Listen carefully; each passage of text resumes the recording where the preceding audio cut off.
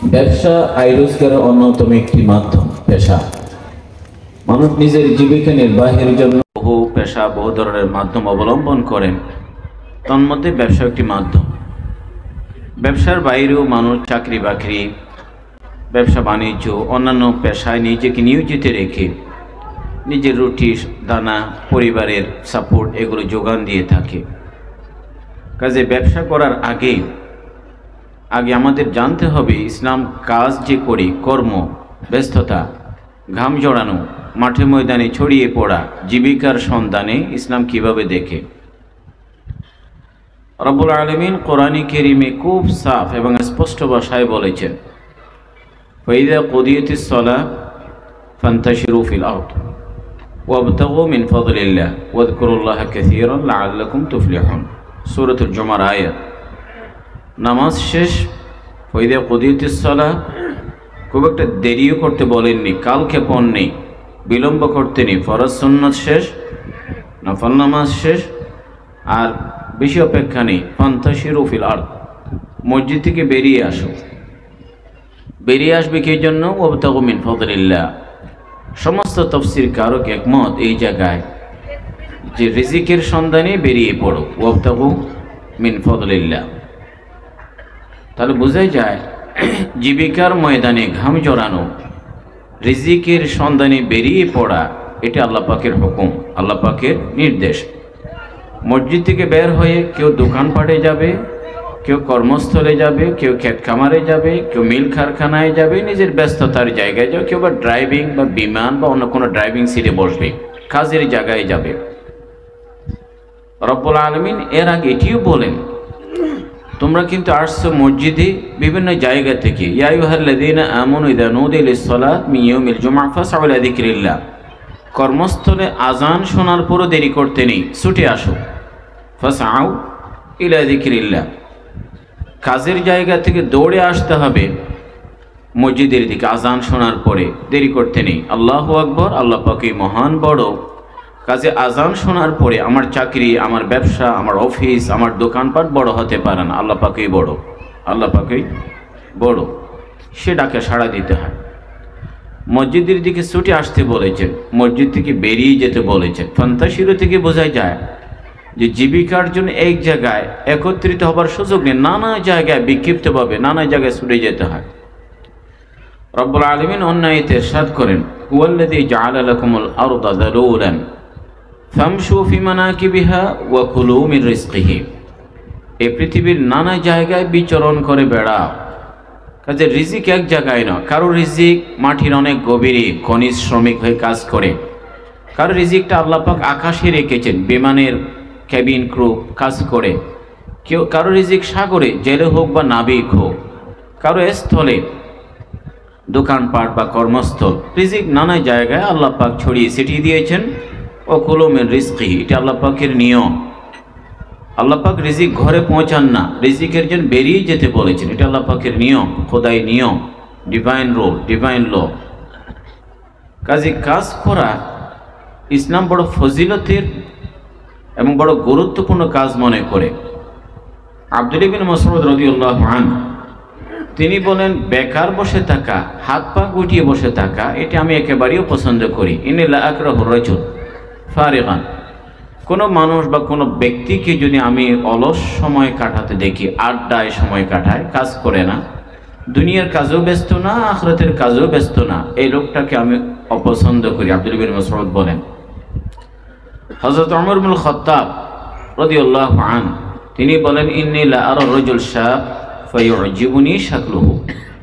কখনো যুবকের শরীর, দেহ, আকার আকৃতি দেখে আমি মুগ্ধ হই, স্বাস্থ্যবান সবল যুবক। কিন্তু যদি কোন বলা হয় লাইসা লাহু আমাল, কোনো কাজে নেই, তার কোনো ব্যস্ততা নেই, সাকাতা মিন আইনি, তখন আমার দৃষ্টিতে তার কোনো মর্যাদা নেই। তাহলে বোঝা যায় হযরত ওমরও বেকার মানুষকে পছন্দ করছেন না, কাজ নেই। কারণ হযরত ওমর এক সময় গিয়ে দেখলেন মসজিদে কিছু মানুষ বসা। মান আনতুম, তোমরা কারা? বলছে, আমরা আল্লাহর নেক বান্দা, মসজিদে আসি। তোমাদের খাবার দাবার কোত্থেকে? নাহনুল মুতাওয়াক্কিলুনা আলাল্লাহ, আমরা আল্লাহ পাকের উপরে তাওয়াক্কুল করে বসে আছি, আল্লাহ পাকের জিকির আছে, রিজিক এখানেই পৌঁছাবেন। হযরত ওমর ইবনুল খাত্তাব তাদেরকে বড় কঠিন ভাষায় শাসিয়ে বলেন, কি বললে তোমরা জানো যে ওয়াকাদ আলিম আহাদুকুম আন্না সামা লা তুমতিরু যাহাবান ওয়ালা ফিদ্দা, এটি তো আল্লাহ পাকের হুকুম না। তোমরা কি জানো, একথা জানো না যে আসমান থেকে, আকাশ থেকে স্বর্ণরূপা বর্ষিত হয় না, স্বর্ণরূপা বর্ষিত হয় না। আসমান থেকে বৃষ্টি হয়, জমি উর্বর হয়, ক্ষেত কামার পরিচর্যা করতে হয়, এটি উৎপাদন করতে হয়। আকাশ থেকে স্বর্ণরূপা বর্ষিত হয় না। কাজ করাকে উৎসাহিত করেছে। ভিক্ষাবৃত্তি অনেক অপছন্দের, হ্যাঁ, যারা প্রতিবন্ধী অথবা কাজ করে খেতে পারছেন না, নানা অসহায়ত্ব, তাদের জন্য ভিন্ন কথা। কিন্তু মানুষ যদি আয় রোজগারের জন্য কাজের ক্ষমতা রেখেও যদি ভিক্ষাবৃত্তিকে আয়ের উৎস মনে করে, হাদিসে কঠিনভাবে হুঁশিয়ারি দেওয়া হয়েছে। কি বলা হয়েছে? কোনো মানুষ যদি নিজের অভাব প্রয়োজন এটি পূরণ করতে চায় ভিক্ষাবৃত্তির মাধ্যমে, রব্বুল আলামিন একটি পূরণ হলে আরো 1000 দরজা তার অভাবের দরজা খুলে দেবেন। তার দরজা, অভাবের দরজা, বাবা ফকরির, দারিদ্রের দরজা খুলে যাবে। খায়রশিক কাজ করা, ঘাম জড়ানো, এটি হাদিস শরীফে আছে ফি সাবিলিল্লাহ। ইলমের জন্য বেরিয়ে পড়া ফি সাবিলিল্লাহ, আল্লাহর রাস্তায়। দাওয়াতের জন্য যাওয়া ফি সাবিলিল্লাহ। জিহাদ রণাঙ্গনে যাওয়া ফি সাবিলিল্লাহ। কাজ করতে যাওয়া সেটি ফি সাবিলিল্লাহ। অনেকের কাছে এটা অবিশ্বাস্য মনে হবে, কাজ করতে যাওয়া এটিও ফি সাবিলিল্লাহ, আল্লাহর রাস্তায়। এক যুবক মদিনা শরীফে, প্রচণ্ড রোদ, আরবের রোদ মানেই তো বুঝেন, যেখানে সূর্য আগুন ঝরায়, এমন কড়া রোদে ঘাম জড়াচ্ছেন, কাজ করে যাচ্ছে, খেটে খাওয়া যুবক। সাহাবায়ে কেরাম বললেন, ইয়া রাসূলুল্লাহ, যদি এটি আল্লাহর রাস্তায় ঘাম ঝরানো হতো আরো কত না চমৎকার হতো। রাসূল বলেন সাল্লাল্লাহু আলাইহি ওয়াসাল্লাম, তোমরা কি বললে? তোমাদের ধারণাটাই ভুল।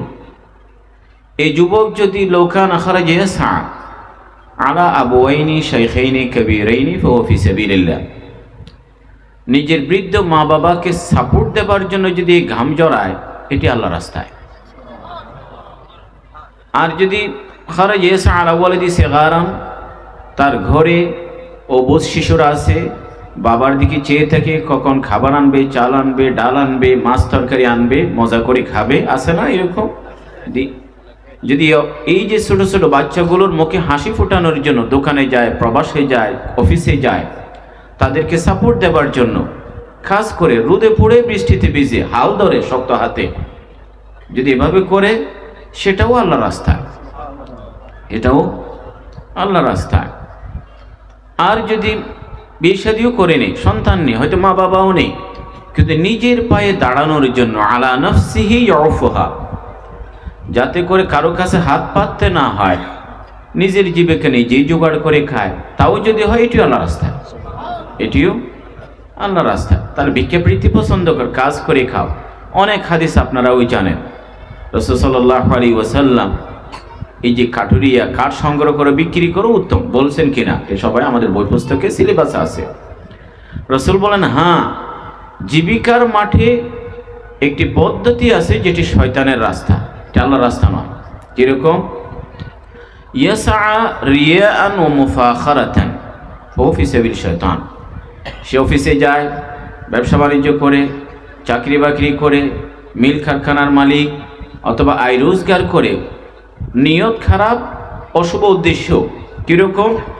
রিয়ান ও মুফাখারা, তার উদ্দেশ্য হলো মনে মনে একদিন বড় লোক হবে, দামি গাড়ি হাঁকাবে, প্রাসাদে থাকবে এবং অন্যের সামনে দম্ভ অহংকার করে বেড়াবে, আমি অমুকের চেয়ে বড় ধনী, আমার ব্র্যান্ডের এই।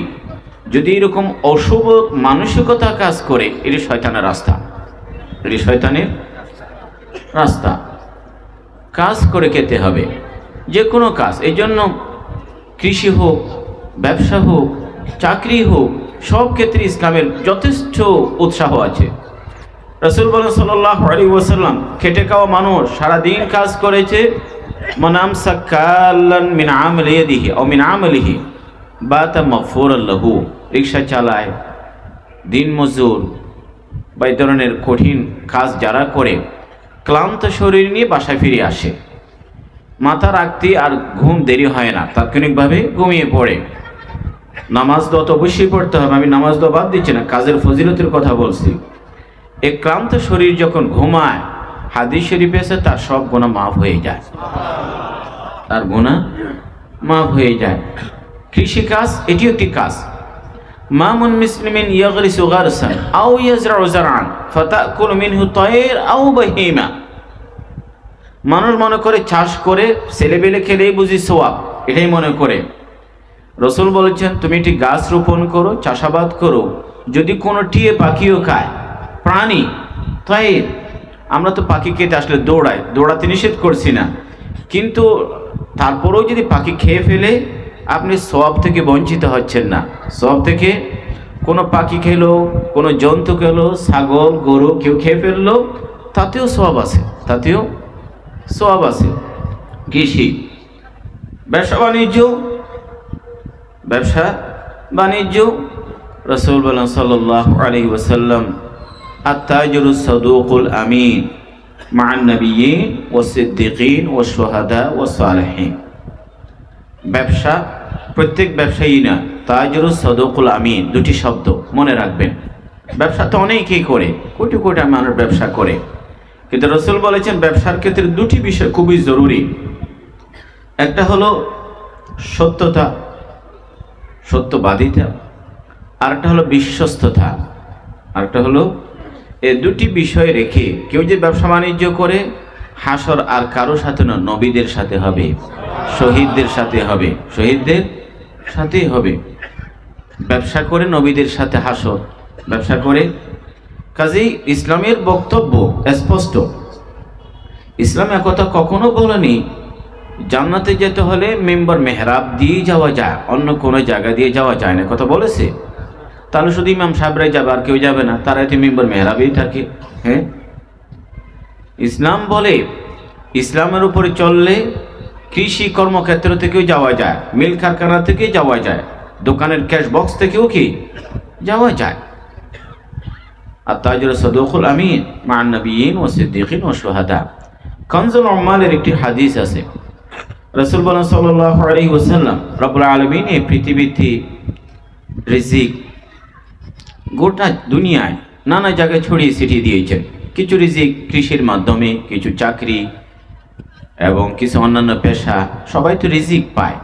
রিজিকের ক্ষেত্রে এটিও বলে দিই, আমরা সবাই জানি রিজিকের জিম্মাদারি আল্লাহ পাক নিয়েছেন, তবে হ্যাঁ রিজিকের জন্য শ্রম দিতে বলেছে। দিন শেষে ততটুকুই পাওয়া যাবে যতটুকু লেখা আছে, যতটুকু লেখা আছে, এর বাইরেও না।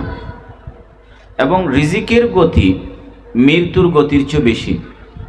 মৃত্যু আমাদের দিকে আসে, রিজিকও আসে, তবে সব সময় মৃত্যুর আগে রিজিক আগে এসে পৌঁছে যায়। তার মানে হলো রিজিকের গতি মৃত্যুর চেয়ে বেশি। এই জন্য সেটা আপনারাও লক্ষ্য করেছেন। কারোর রিজিক ফুরিয়ে গেছে, মৃত্যু এখনো বাকি, হায়াত 2 দিন আছে, এই 2 দিনের শত চেষ্টা করেও, লাইফ সাপোর্টে নিয়েও সব চেষ্টা করো, 1 ফোঁটা পানি শরীরে ঢোকানো যায় না, যায়, অথচ 2 দিন এরপরও বেঁচে ছিল। আর কখনো এরকমও হয় 1 মিনিট পরেই মারা যাবে, অন্য দিনের চেয়ে খুব দ্রুত গতিতে 1 প্লেট সাবার করে ফেলেছে, 1 প্লেট। তাহলে বোঝা যায় কেউ কোনো মানুষ রিজিকের একটি দানা রেখেও দুনিয়া থেকে বিদায় নিতে পারে না। এরকম একটা লোক আপনি পৃথিবীতে পাবেন না, সে চলে গেছে, তার রিজিক রয়ে গেছে, এটি কখনো হতে পারে না। লা তামুতু নাফসুন হাত্তা তাস্তাকমিলা রিজকাহা, হাদিসের শব্দ, হাত্তা তাস্তাকমিলা রিজকাহা, রিজিক শেষ করেই যায়। রিজিক আল্লাহ পাক নানা জায়গায় বন্টন করে দিয়েছেন। আবার রিজিক আল্লাহ পাক ইয়াবসুতু রিজকা লিমান ইয়াশা ওয়া ইয়াকদির, কখনো আল্লাহ পাক সম্প্রসারিত করেন, কখনো সংকুচিত করেন, কাউকে বাড়িয়ে দেন, কাউকে কম দেন, কাউকে কম দেন। নাহনু কাসামনা বাইনাহুম মাঈশাতুহুম ফিল হায়াতিদ দুনিয়া। সে রিজিক রব্বুল আলামিন, কানজুল উম্মালের একটি হাদিস আছে, ব্যবসার মাধ্যমে রব্বুল আলামিন গোটা দুনিয়ায় যত রিজিক দেওয়া হয় তার মধ্যে 10 ভাগের 9 ভাগ ব্যবসার মাধ্যমেই দান করেন। কিসের মাধ্যমে? এই জন্য দুনিয়ায় বিলিয়নার বলেন, মিলিয়নার বলেন, কোটিপতি বলেন, চাকরি বাকরি করে বিলিয়নার হয়ে যায়? হ্যাঁ, হয়ে যায় না। যারাই বড় পয়সাওয়ালা তারা প্রত্যেকে কোনো না কোনো ব্যবসা ইত্যাদির সাথে সম্পৃক্ত। ডাক্তারও যদি নিজেকে মনে করে কোটিপতি, তারা যদি তাকে যদি নিতে চায় কোটিপতির যে আমি তাদের সেই শাড়িতে নিয়ে যাব, তখন সে ডাক্তারও কিন্তু কোনো না কোনো ক্লিনিক ব্যবসা অন্য ব্যবসার সাথে কি হয়, সম্পৃক্ত হয়ে যায়। তাহলে বোঝা যায় যে ব্যবসার মাধ্যমে আল্লাহ পাক আমাদের রিজিকের সিংহভাগ বা 9 ভাগ আল্লাহ পাক ব্যবসার মাধ্যমেই দান করেন। এবং সেই ব্যবসা বাণিজ্য স্বয়ং রাসূলুল্লাহ সাল্লাল্লাহু আলাইহি ওয়াসাল্লাম করেছেন, অবশ্যই নবুয়তের আগে। কিসের আগে? নবুয়তের আগে 2 বার বাণিজ্যিক সফরে গেছেন, তা তো বড় বিষয়। এই জন্য ব্যবসায়ীদের মনোভাব, ব্যবসায় ফাঁক ফোকর, ব্যবসায় সুযোগ সম্ভাবনা অথবা সমস্যা কি, ব্যবসায়ীদের মনোভাব, এগুলো সব নবীর ফার্স্ট হ্যান্ড এক্সপিরিয়েন্স, আল্লাহ নবীর অভিজ্ঞতা। এটা বাইরে থেকে শোনা কথা নয়। আল্লাহ নবী জানতেন, আল্লাহ নবী নিজেও ব্যবসা করেছেন। সাহাবায়ে কেরামদের মধ্যে 4 খলিফার মধ্যে 3 জনেই ব্যবসার সাথে সম্পৃক্ত, হযরত আলী ছাড়া। হযরত আবু বকর সিদ্দিক রাদিয়াল্লাহু আনহু, হযরত ওমর ইবনুল খাত্তাব, ওসমান ইবনে আফফান প্রত্যেকে ব্যবসা করতেন। আব্দুর রহমান বিন আউফ, জুবাইর বিন আওয়াম ব্যবসা করতেন। এমনকি কেউ কেউ বলে 10 জন সাহাবী যারা দুনিয়াতে থাকা অবস্থায় বেহেশতের কনফার্মেশন লেটার পেয়েছেন, দুনিয়াতে থাকতে বেহেশতের টিকিট পাওয়া, এদেরকে বলা হয় আল আশরাতুল মুবাশশারা বিল জান্নাহ। আল আশরাতুল মুবাশশারা বিল জান্নাহ, দুনিয়াতে বলা হয়েছে তোমরা জান্নাতি। সুবহানাল্লাহ। এদের মধ্যে 10 জনের মধ্যে 9 জনেই ব্যবসা করতেন, 9 জনেই ব্যবসা করতেন। যদি ব্যবসা জান্নাতের পথে যাওয়ার পথে যদি বাধা হতো অথবা গতি স্লো করতো, গতি কি করতো? স্লো করতো, তাহলে ইসলামের 4 খলিফা, 3 খলিফা কেন নিজেকে ব্যবসায় জড়ালেন? তারা কি কম বুজুর্গ ছিলেন? হযরত ওমর খাত্তাব রাদিয়াল্লাহু আনহু, উনি এক হাদিসে আছে, একটি হাদিস যখন বললেন, বলছে হাদিস রাসূল বলেছে কিনা, আবু সাঈদ খুদরিকে বললেন হ্যাঁ আল্লাহ নবী বলেছে, সাক্ষী নিয়ে আসো। আরেকজনকে বলেন হ্যাঁ আমিও শুনেছি।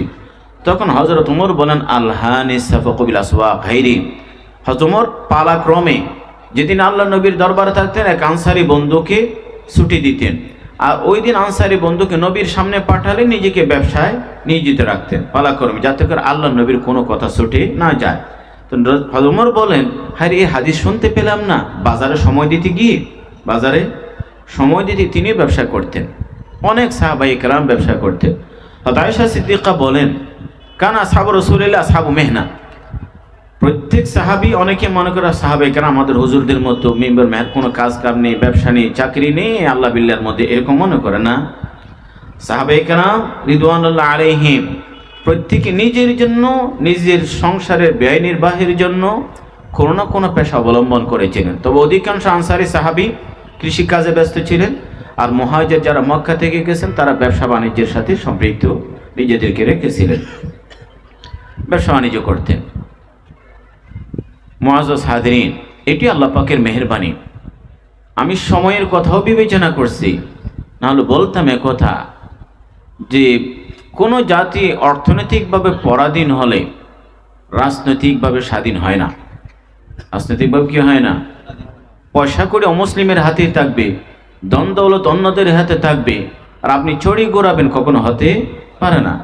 এই জন্য মদিনায় যাওয়ার পরে রাসূলুল্লাহ সাল্লাল্লাহু আলাইহি ওয়াসাল্লাম সাহাবায়ে কেরামকে উৎসাহ দিলেন, তোমরাও ইহুদিদের হাতে ব্যবসা, তাদের হাতে অর্থনীতি, তাদের হাতে বাজার ব্যবস্থাপনা, এগুলো তাদের হাতে জানো, তোমরা তাদের থেকে কেড়ে নিতে হবে না, তোমরাও সেই জায়গায় প্রতিযোগিতা করো, তোমরা সেই জায়গায় প্রতিযোগিতা করো। অল্প আল্লাহ নবীর দোয়ায়, সোহবতে, বরকতে মদিনা খুব একটা সময় লাগেনি, কারণ ব্যবসায় সততা, সত্যবাদিতা প্রচুর বরকত এনে দিয়েছে।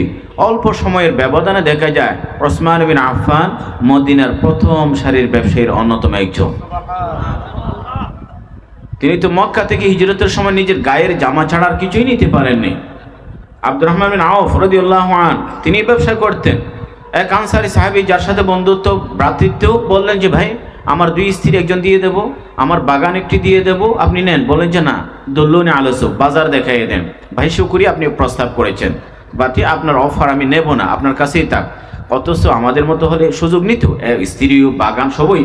তিনি বলেন বাজার দেখাইয়ে দেন। বাজারে গেলেন, ব্যবসা শুরু করলেন, কিছু সামর্থ্য আসলো, বিয়ে শাদী করলেন। কি করলেন? এরপর প্রচুর বরকত। এই জন্য হযরত সাহাবায়ে কেরাম ব্যবসা করেছেন। আজকের দিনে আমি প্রায় সময় বলি 1400 বছর আগে ব্যবসা করেছেন, কিন্তু আজকের দিনেও গোটা বিশ্বে একমাত্র এক সাহাবী আছে যার নামে এখনো অ্যাকাউন্ট আছে। তিনি কে? ওসমান ইবনে আফফান। কেননা তিনি যে বীর রুমা খুব খনন করে মুসলমানদের যে ওয়াকফ করেন, সেই জায়গায় বহুতল ভবন ওয়াকফে, 5 স্টার হোটেলগুলো, 5 স্টার হোটেলগুলো, কাজে এটা ওয়াকফদাতাকে ওসমান ইবনে আফফান, ওনার নামেই বন্টন করা হচ্ছে। আর ওসমান ইবনে আফফান যদি ব্যবসা না করতেন, গজওয়ায়ে তবুকের সময় 1000 উট, 1000 বাহিনীর প্রসব যোগান দেয়া, এই অর্থনৈতিক সাপোর্ট দেওয়া সম্ভব ছিল? কাজেই ইসলাম ব্যবসা বাণিজ্য, চাকরি বাকরি, অর্থনৈতিক শক্তি বৃদ্ধির জন্য নির্দেশ দেয়। বনি ইসরাইলের ক্ষেত্রে রব্বুল আলামিন বলেন, দেখো সুম্মা রাদাদনা লাকুমুল কাররা আলাইকুম ওয়া আমদাদনাকুম বিআমওয়াল ওয়া বানিন। পালা তোমাদের পক্ষেই গেল, কেননা তোমাদের ওয়া আমদাদনাকুম বিআমওয়ালি ওয়া বানিন ওয়া জাআলনাকুম আকসারা নাফিরা। তোমাদের শুধু জনবল বাড়েনি, তোমাদের ধনবলও বেড়েছে, ধনবলও বেড়েছে। আমাদের মুসলিম বিশ্বের সমস্যা হলো যেখানে ধনবল বেশি সেখানে জনবল কম, আর যে সমস্ত মুসলমান দেশে জনবল বেশি সেখানে ধনবল কম। অথচ জনবলের পাশাপাশি যদি ধনবলও থাকতো, ইতিহাস ভিন্নভাবে রচিত হতো।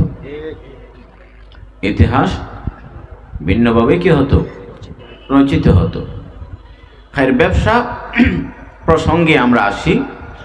এটি কোরআনে কারীমে রব্বুল আলামিন তিজারা অনেকবার উল্লেখ করেছেন। রিজাল লা তুলহিম তিজারাতুন ওয়ালা বিআন যিকরিল্লাহ ইয়ারজুনা তিজারাতান লান তাবুর। রব্বুল আলামিন ব্যবসার কথা বলেছেন, যদিও নানা প্রেক্ষাপটে নানা বিষয়ে কথা বলেছেন। তিজারা শব্দটি কোরআনে কারীমে আছে এবং সে ব্যবসা বাণিজ্য রাসূলুল্লাহ সাল্লাল্লাহু আলাইহি ওয়াসাল্লাম করতে বলেছেন, আমাদেরকে নিয়ম দিয়েছেন, নিয়ম নীতি আছে।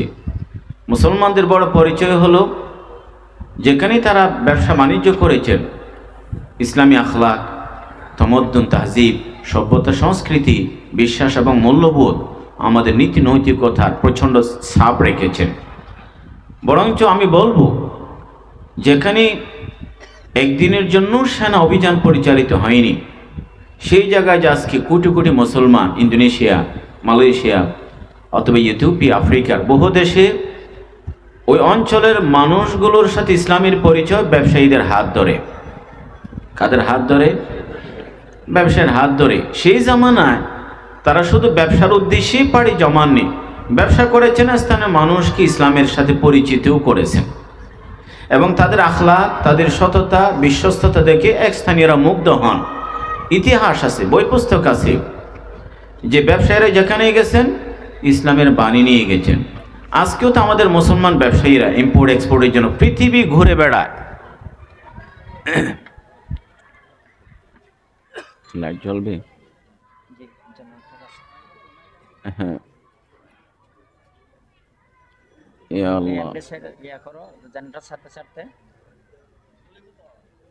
কথা চলো। নানা দেশের ব্যবসায়ী বন্ধুরা বিভিন্ন দেশে সফর করেন, ইম্পোর্ট এক্সপোর্ট, অথবা আমাদের দেশে কত দেশের বায়ার্সরা আসে।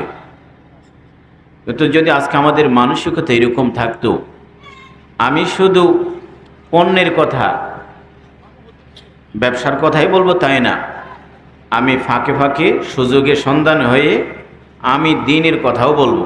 কথার চেয়ে বেশি আচরণে, কথার চেয়ে বেশি আমি আখলাক চরিত্রই দেখাবো। কিন্তু কই একজন চাইনিজ তো সেটি আমাদের ব্যবসায়ীর কাছে শিক্ষা পায় না। আমরা সেই জায়গায় গিয়ে বলি, এই মালটা আমার জন্য তৈরি করো এবং এটা 14 নম্বর 13 নম্বর, কিন্তু স্টিকারটার নাম্বার 1 জেনুইন লেখা থাকতে হবে। কি লেখা থাকতে হবে? জেনুইন। সারাদিন আমার জন্য মাল রেডি, আসার পরে বলি যে এখানে হালাল ফুড কোথায় আছে, হালাল খাবার কোথায় আছে? তাহলে এই চাইনিজ কি শিখলো? তা হালাল কি শুধু খাবারের ক্ষেত্রে? ব্যবসায় হালাল হারামের প্রসঙ্গ নেই? ব্যবসায়তে কি আছে? হালাল হারামের বিষয় আছে। হালাল তো শুধু খাবারের প্লেটে না, সব জায়গায় তো কি আছে? হালাল হারামের বিষয় আছে।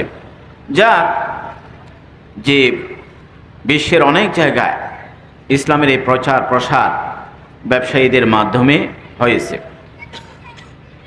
তো রব্বুল আলামিন কোরআনে কারীমে আমাদেরকে যেখানে কাজ ইত্যাদি করা, ব্যবসা বাণিজ্য, চাকরি বাকরি যেখানে নির্দেশ দিয়েছেন, সেখানে কিন্তু আল্লাহ পাক হালালের কথা, পবিত্র খাবারের কথা বলেছেন। ইয়া আইয়ুহান নাস কুলু মিম্মা ফিল আরদি হালালান তাইয়্যিবা ইয়া আইয়ুহাল্লাযীনা আমানু কুলু মিন তাইয়্যিবাতি মা রাযাকনাকুম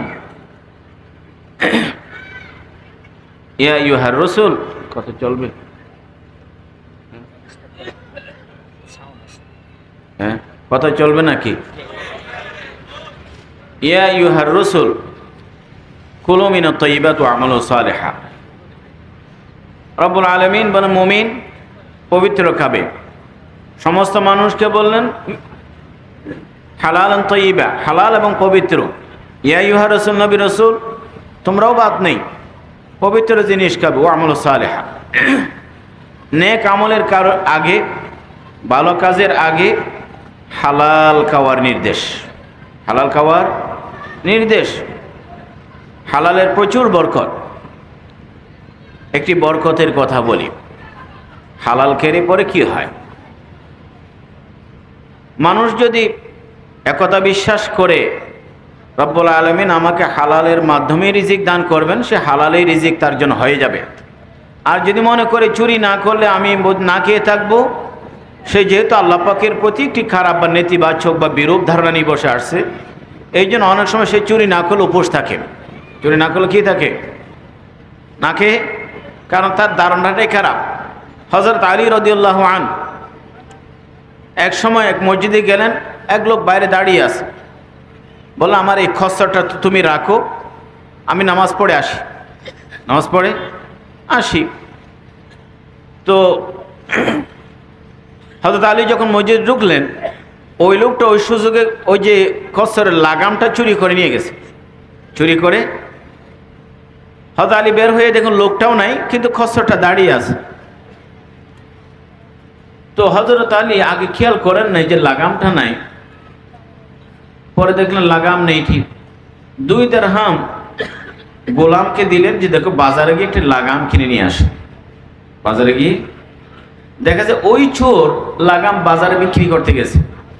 বাজারে ওই হযরত আলীর চুরি করা লাগামটি 2 দিরহাম দিয়ে কিনে নিয়ে আসেন। 2 দিরহাম দিয়ে হযরত আলী রাদিয়াল্লাহু আনহু লাগাম তো পেয়ে গেলেন কিনে, কিন্তু এই 2 দিরহাম তো ওনাকে উনি আগেই দিতে চেয়েছিলেন।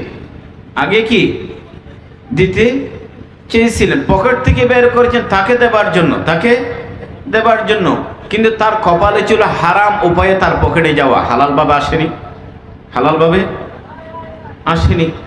সে ধারণাটাই খারাপ করেছে আল্লাহ পাকের প্রতি। আনা ইনদা যান্নি আবদি বি, বান্দা আমার প্রতি যেরকম ধারণা পোষণ করে ওই রকমই আচরণ করি। হালালের যে কি বরকত! হযরত মুবারক রহমতুল্লাহ আলাইহি, আব্দুল ইবনে মুবারকের বাবা আব্দুল ইবনে মুবারক, তিনি এক যে ডালিম বা আনারের বাগানে কাজ করতেন, পমিগ্রেনেট। মালিক গেল, একটা আনার নিয়ে আসো, খেলেন টক, বকাশকা, মিষ্টি নিয়ে আসো, আরেকটা সেটিও টক, আরেকটা নিয়ে আসো টক।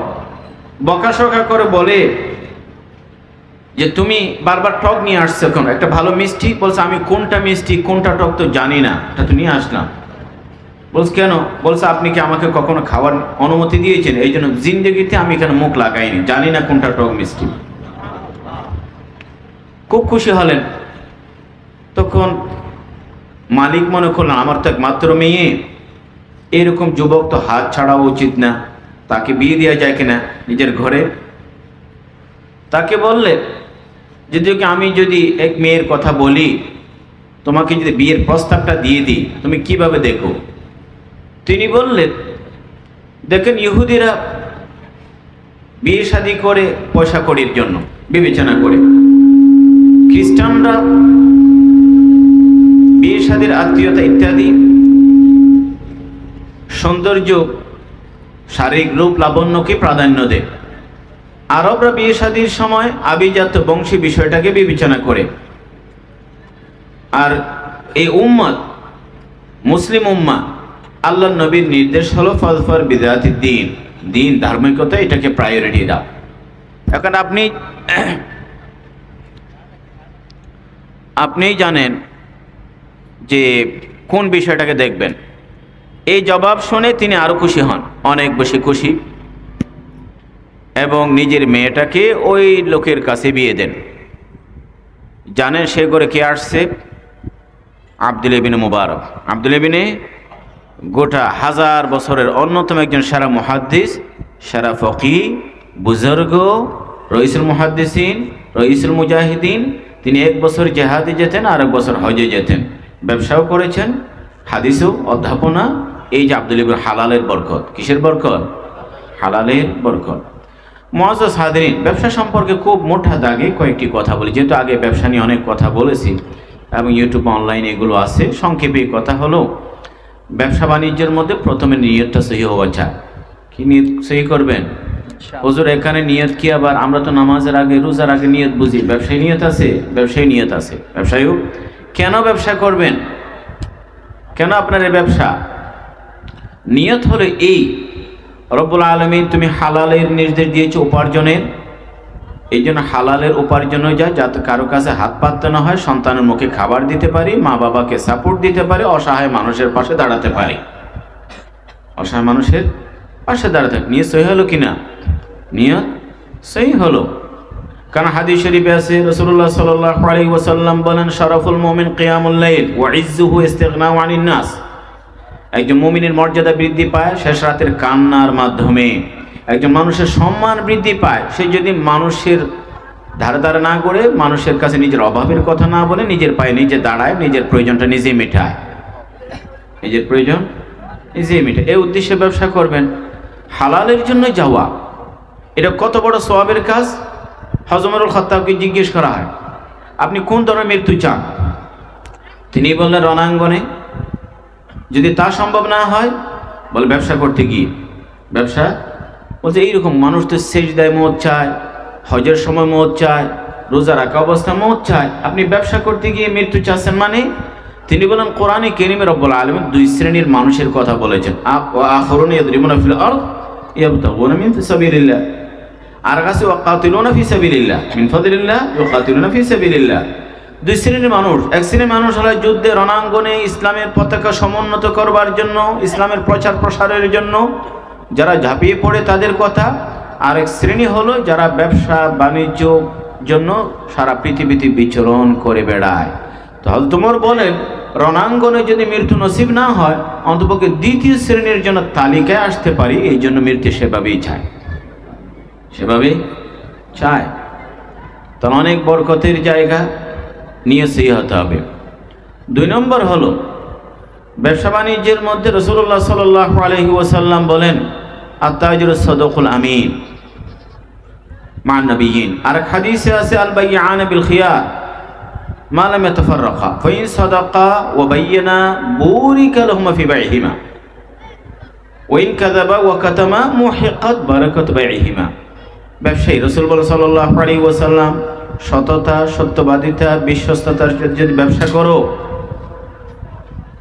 তোমার ব্যবসায় বরকত হবে। ব্যবসায় খুব কঠিন বিষয়, কারণ আপনারা যারা ইম্পোর্ট করেন, এক্সপোর্ট করেন, নানা জায়গায় প্রতিবন্ধকতার কথা আমি বুঝি, জানি। অনেকেই বলে হুজুর দেশ ছেড়ে যায়, ব্যবসা বান্ধব না, অনেক কথা বলে। কারণ সবই যদি আপনি ঘোষণা দেন, তাহলে তো মাঠের প্রতিযোগিতায় টিকে থাকা খুব কঠিন। একজন একই পণ্য 1 লক্ষ টন আনছে, ডিক্লারেশন 10,000 টন, যেভাবে হোক ম্যানেজ করেছে। আপনি তো পুরোটাই যদি ডিক্লারেশন দেন, তাহলে তো বাজারে সে পণ্যগুলো, এটি সবাই জানে কীভাবে যাক, সেটি অন্য জটিলতা, ওই কমপ্লেক্সিটিকে যাচ্ছে না। হ্যাঁ, যদি আপনি সততা বলেন যে ভাই আমি আপেল বা আমার এই কাপড় বা আমার এই জিনিস আমি এই দামিয়ে রাখবো, আপনার সাথে মিথ্যা বলবো না, মিথ্যা, তবে আপনাকে ঠকাবো না, প্রতারণা করব না, 2 পয়সা বেশি নেব, কারণ আমি এখানে কোনো কিছুই গোপন রাখিনি, কোনো কিছুই গোপন রাখিনি। হয়তো আপনার ক্যাশ বক্সে টাকা কম ঢুকবে, কিন্তু এই কমের মধ্যে বরকত থাকবে। এই কমের মধ্যে কি থাকবে? আরেকজন মিথ্যা, প্রতারণা, ধোঁকাবাজি, 2 নম্বরই, একচেটিয়া, মুনাফাখুরি, মজুদদারি, নানা অসৎ উপায়ে তার ভলিউম বড় হলো, ব্যাংকের তার ব্যালেন্স বড় হলো, অ্যাসেট বাড়লো, মুহিকাত বারাকাতু বাইহিমা, বরকত থাকবে না। বরকত আছে নাই কিভাবে বুঝবেন? বরকত হবে কারো লাখ টাকায় কোলায়, কারো কোটি টাকা থাকার পরও ঋণে জর্জরিত, কারো 1000 টাকার মধ্যে ঘুম আছে, কারো কোটি টাকায় কি নেই, ঘুম নেই, কারো লাখখানির টাকা, সংসার চলে, ছেলেবেলেগুলো মানুষ হচ্ছে, পড়াশোনা, কোনো ধরনের দেনা পানা ওই ধরনের কোনো পেরেশানি নেই।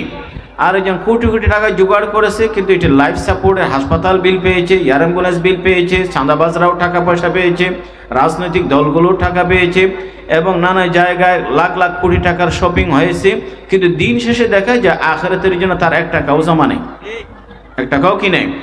একজন লাখ টাকা দিয়েও 5000 টাকা আখিরাতে পাঠাতে পেরেছে, আর যে কোটি টাকা পকেটে নিয়ে 200 টাকা দিতে পারেনি, বরকত হলো? মুহিকাত বারাকাতু বাইহিমা, ক্যাশ বক্সে সবই, কিন্তু দিন শেষে দেখা যায় কোনোটাই তার আখিরাতে কাজে আসে নাই। আর আপনি বলেন, আপনার হাত থেকে আপনার আখিরাতের জন্য আপনার পকেট থেকে টাকা বের না হলে সে টাকা আপনার ছেলের পকেট থেকে বের হবে, সে নিশ্চয়তা কে দিয়েছে? সে নিশ্চয়তা কে দেয় না? বলে আমার ছেলে পেলেরা করবে। আইরে কৃপণ, আপনার জন্য আপনি খরচ করতে পারলেন না, আপনার ছেলে করবে? কখনো হয় না। মুহিকাত বারাকাতু বাইহিমা, বরকত থাকবে না। তাহলে 2 নম্বর হলো এটা সত্যবাদিতা, সততা। 3 নম্বর হলো, মনে রাখবেন, ব্যবসা বাণিজ্যের মধ্যে প্রতারণা যদি হয়, এক এক জায়গায় এক এক ধরনের প্রতারণা, এটি আমাদের ব্যবসায়ী বন্ধুরা জানে। কাপড়ের ক্ষেত্রে যেটি সঠিক, ওষুধের ক্ষেত্রে তা নয়। বিল্ডিং মেটেরিয়ালস এক ধরনের, সব জায়গায় ফাঁক ফোকর বহু কি আছে, সুযোগ আছে। যদি এভাবে তথ্য গোপন করা হয়, কাস্টমারকে ধোঁকা দেওয়া হয়, মান গাশা ফালাইসা মিন্না। আল্লাহ নবী বাজারে গেলেন, একজনের খাবারের স্তূপ বিক্রির কাছে হাত ঢুকাইয়ে দিলেন। আল্লাহ নবী হাত ঢুকাইয়ে দিয়েছেন, এটা হলো মার্কেট মনিটরিং, তদারকি করা, কারণ তিনি রাষ্ট্রপ্রধান, সরকার, এটা সরকারের দায়িত্ব মার্কেট মনিটরিং করা। দেখা যায় উপরেগুলো শুকনো ভিতরে ভেজা, ইয়া হাদা, এই লোক, আরে এরকম কেন হলো? আমি অবাক হই রহমতুল্লিল আলমিন সাল্লাল্লাহু আলাইহি ওয়াসাল্লামের কথায়। তিনি বলেন ইয়া হাদা, তিনি নাম বলেন নাই। তিনি যদি সেদিন ওই লোকটার নাম বলে দিতেন, কিয়ামত পর্যন্ত এই সাহাবী চিহ্নিত হয়ে যেত। কি হয়ে যেত? চিহ্নিত হয়ে যেত। কি হলো? তিনি বললেন ইয়া রাসূলুল্লাহ আসাবাতুস সামা, বৃষ্টির পানি। আর এটা কোন ধরনের বৃষ্টির পানি? বৃষ্টির পানি তো উপর থেকে আসে, উপরে শুকনো ভিতরে ভেজা, এটা কি বৃষ্টির পানি হয়?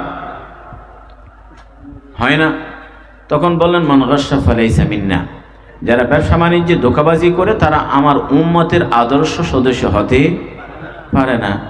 আমি আশিক রাসূল, নবীকে মহব্বত করি, আর ব্যবসায় গিয়ে 2 নম্বরই করি না।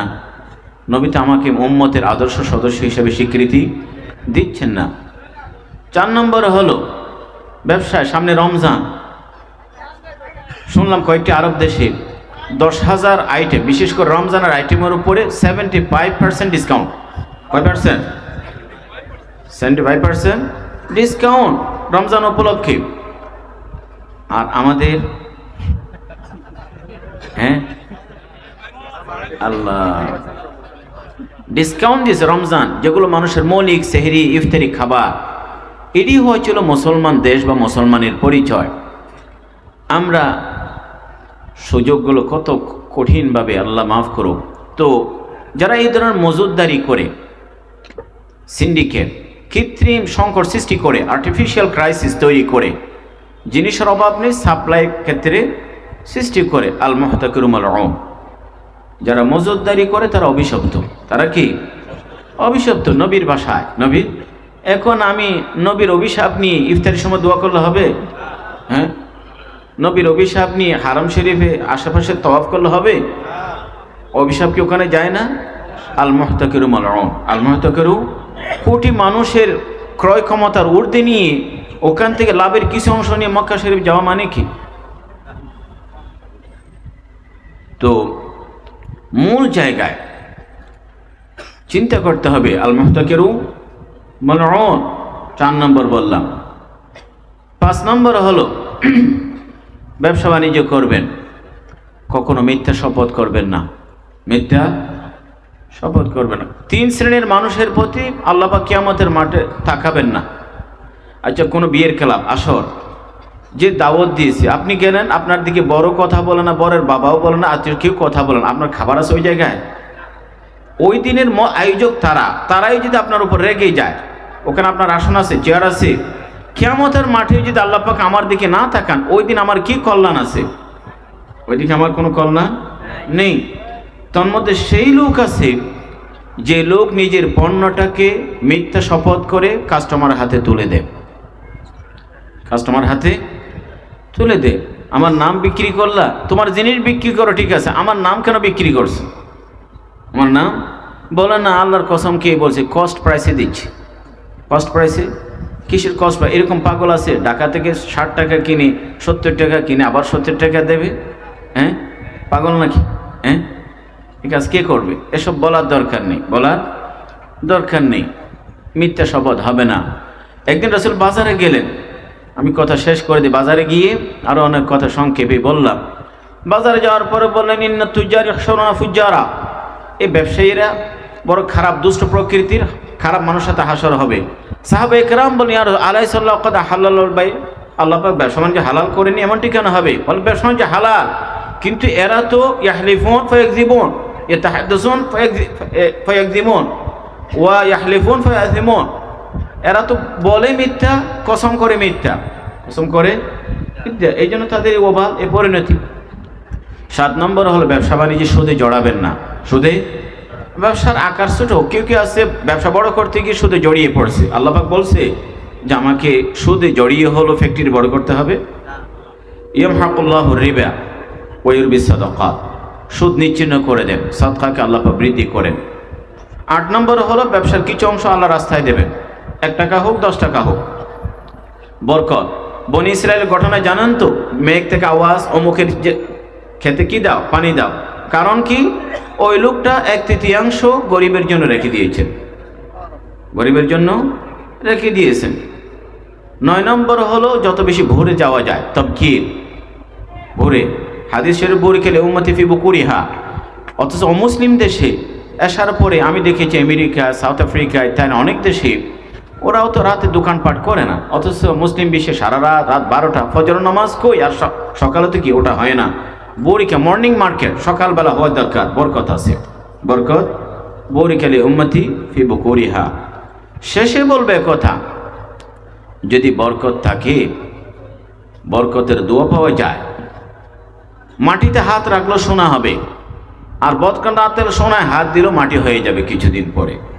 কিছুদিন পরে উরওয়া ইবনে আবিল জুত আল-বারিকি রাদিয়াল্লাহু আনহু, রাসূল দোয়া করেছেন বরকতের জন্য। উনি বলতেন, আমি মাটিতে হাত রাখলো সোনা ফলা, সোনা হয়ে যায়।